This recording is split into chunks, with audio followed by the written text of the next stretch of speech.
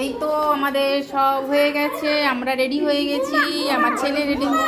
বলটা আমি বারবার বলেছি আজকের দিনে খেলো না মা, ঠাকুরের কাছে লেগে যাবে না। এই যে আমাদের তাতান বাবু রেডি হয়ে গেছে, মিষ্টি রেডি হয়ে গেছে, আমার বেটু দেখি, বেটু দেখি, আমার বেটু রেডি হয়ে গেছে, বেটু ঠাম্মি রেডি হয়ে গেছে। আচ্ছা একটু নিজে নিজে নিজে, আর চুলটা খুলে গেল, খুলে গেল।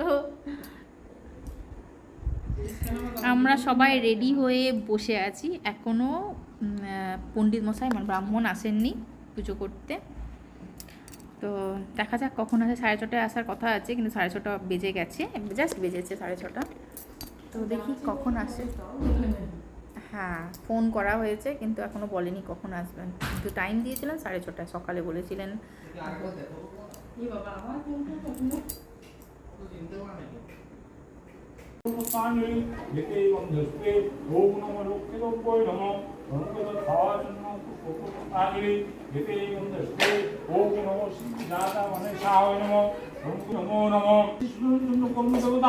आसन उपोषण नियोगामि गुरुभ्यो नमः दक्षिणे गणेशाय नमः ऊर्ध्वे ब्रह्मण्याय नमः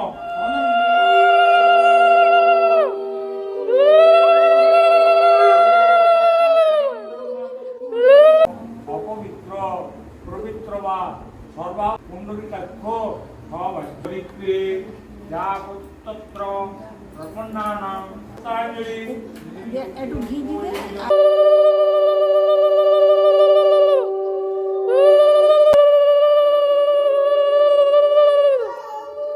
পুজো শেষ হয়ে যাওয়ার পরে এই যে প্রসাদগুলো প্লেটে সাজিয়ে নিচ্ছিলাম, যারা যারা ছিল তারা তারা প্রসাদটা খেয়ে নিচ্ছিল, আর যারা যারা আসেনি তাদের বাড়িতে একটু করে প্রসাদ পৌঁছে দিচ্ছিলাম, সেই জন্য রেডি করে নিচ্ছিলাম প্লেটের মধ্যে। আর এই যে সবাই প্রসাদ খাচ্ছিল।